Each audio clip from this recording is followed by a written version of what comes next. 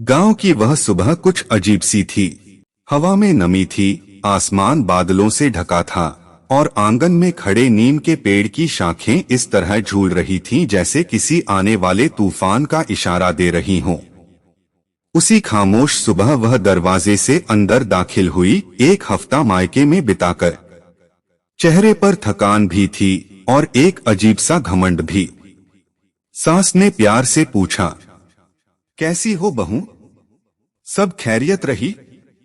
उसने सरसरी सा जवाब दिया, जी सब ठीक था।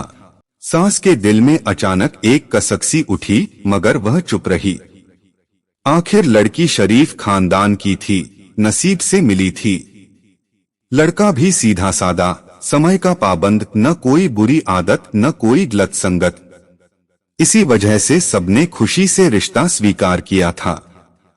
शादी धूमधाम से हुई, गांव में कई दिनों तक चर्चा रही। लेकिन शादी के अगले ही दिन वह अचानक मायके चली गई। बहाना बनाया कि दिल घबरा रहा है, नानी से मिल आएगी। सबने मान लिया, सोचा नई नई शादी है, दिल नाजुक होता है। मगर फिर वह यूं ही बार बार मायके जाने लगी।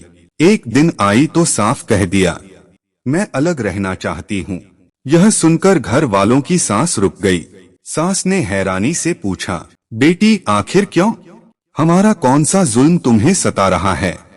वह तेजी से बोली, मुझे ऐसे घर में नहीं रहना जहाँ हर बात पर रोक टोक हो। सास ने बेबसी से अपने बेटे की तरफ देखा।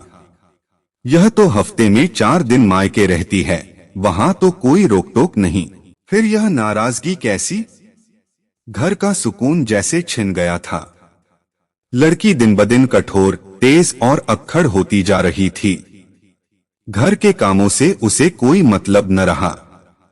2 महीनों तक उसने एक गिलास पानी तक हाथ से न भरा। सारे काम बहू की ननद करती रही, मगर बहू के रवैये में कोई नरमी न आई। गांव वालों ने कानाफूसी शुरू कर दी।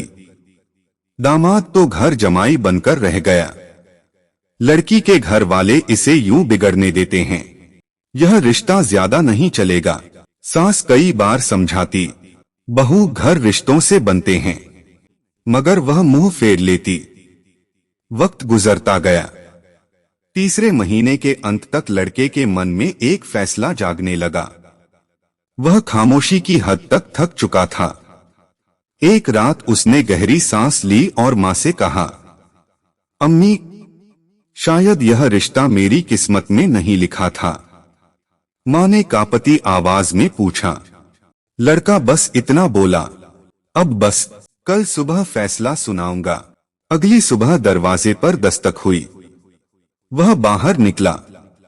सामने उसकी बीवी खड़ी थी, चेहरे पर सख्ती, आंखों में बेपरवाही।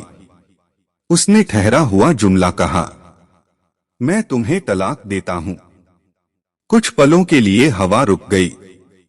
लड़की की आंखें फैल गईं, कदम लड़खड़ा गए और वह वहीं मिट्टी पर गिर पड़ी बेहोश। घर में कोहराम मच गया। उसकी मां और बहन दौड़ती हुई आईं और लड़के वालों को कोसने लगीं। हाय, हमारी बेटी पर जुल्म हो गया।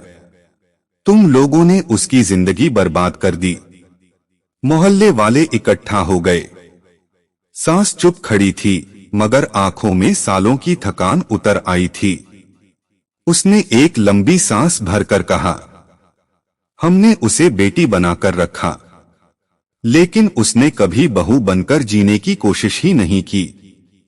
रिश्ते जिद से नहीं निभते। लड़की की मां के चेहरे पर एक पल के लिए खामोशी छा गई। शायद अब उसे समझ आने लगा था कि बिगाड़ कहां से शुरू हुआ था। लेकिन वक्त वापस कब आता है? वह दिन, वह पल, सब कुछ खत्म कर गया। रिश्ता, घर, भरोसा, सब टूट गया। एक ऐसी जिद की वजह से जिसका अंजाम किसी ने सोचा भी नहीं था।